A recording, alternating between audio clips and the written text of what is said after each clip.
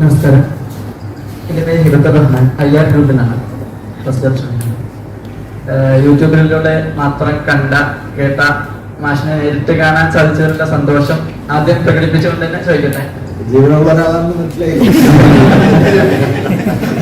നേരിട്ട് കണ്ടിട്ടില്ല, ആദ്യമായിട്ടാണ്.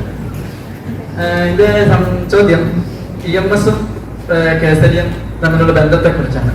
ആദ്യകാലങ്ങളിൽ കേസരിയുടെ വിമർശനങ്ങളെ എതിർത്തിരുന്ന EMS പിൽക്കാലത്ത് കേസരിയെ തന്നെ അനുകൂലിക്കുന്നത്, വിമർശനങ്ങൾ അനുകൂലിക്കുന്നത്, അതെന്തുകൊണ്ടായിരിക്കാം? അല്ല, കേസരി EMS തമ്മിലുള്ള ബന്ധത്തില് ഞാൻ നേരത്തെ പറഞ്ഞില്ല, EMSനെ സംബന്ധിച്ച് കേരളത്തിലെ കമ്മ്യൂണിസ്റ്റ് പാർട്ടിയുടെ വളർച്ചയ്ക്ക് കേസരി നൽകിയ ഒരു സംഭാവനയുണ്ട്. അതുണ്ട് കേട്ടോ. കാരണം പി കൃഷ്ണപിള്ളയെ വലിയ തോതില് കേസരി സഹായിച്ചിട്ടുണ്ട്. വൈക്കം കൃഷ്ണപിള്ള എന്നാ പറയാ. വൈക്കം കൃഷ്ണപിള്ള എന്നെ കാണാൻ വന്നിരുന്നു. കാര്യപരിപാടിയെ സംബന്ധിച്ച് അദ്ദേഹത്തിന് ഞാൻ ചില നിർദ്ദേശങ്ങൾ നൽകി. അങ്ങനെയൊക്കെ EMS കേസരിയെ കാണുന്നത് കേരളത്തിന്റെ ആധുനിക സമൂഹ രൂപീകരണത്തിന് പത്രാധിപർ എന്ന നിലയ്ക്ക് കേസരി നൽകിയ സംഭാവനകളാണ് EMന്റെ പരിഗണനയിൽ പ്രധാനമായിട്ടുള്ളത്.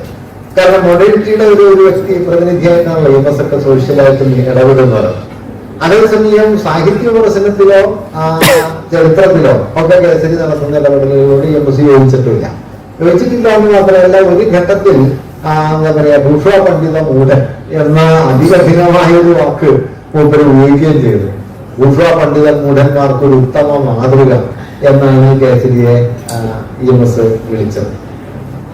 ആ വിമർശനത്തിന് EMന്റേതായ ചില അടിസ്ഥാനങ്ങളുണ്ട്. കാരണം അദ്ദേഹത്തെ സംബന്ധിച്ച് നിലനിൽക്കുന്ന തങ്ങളുടെ രാഷ്ട്രീയ സന്ദർഭത്തെ ഒരു ചുവട് മുമ്പോട്ട് കൊണ്ടുപോകുന്നതാണ് അദ്ദേഹത്തിന്റെ ഒരു ചരിത്ര വിമർശനത്തിന്റെ അടിസ്ഥാനം.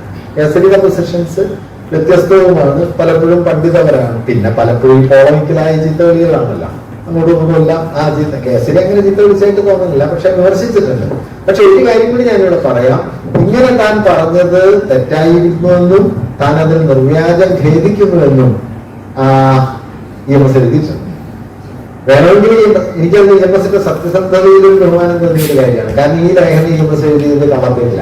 ഒഴിവിൽ കഴിയുന്ന കാലത്തായി ഈ കേസരിക്ക് എതിരെയുള്ള ലേഖനം എഴുതിയത് കേരള പേരിലാണ് എഴുതിയത്. പക്ഷെ പിന്നീട് സമാഹരിച്ച സമയത്ത് ആ ലേഖനം സ്വന്തം പേരിൽ പ്രസിദ്ധീകരിക്കുകയും താൻ അങ്ങനെ വിമർശിച്ചത് തെറ്റായിരുന്നുവെന്നും നിർവ്യാജം ഖേദിക്കുന്നുവെന്ന് ഖേദം ആദ്യം എഴുതുകയും ചെയ്ത് അങ്ങനെ ഒരു തന്റെ തിരുത്തൽ നടത്തുന്നുണ്ട്. പക്ഷെ കേസരിയുടെ സാഹിത്യ കലാദർശനത്തെയോ ചരിത്ര ദർശനത്തെയോ എപ്പോഴെങ്കിലും അതേപടി സ്വീകരിച്ചിട്ടുണ്ടെന്ന് എനിക്ക് തോന്നുന്നില്ല.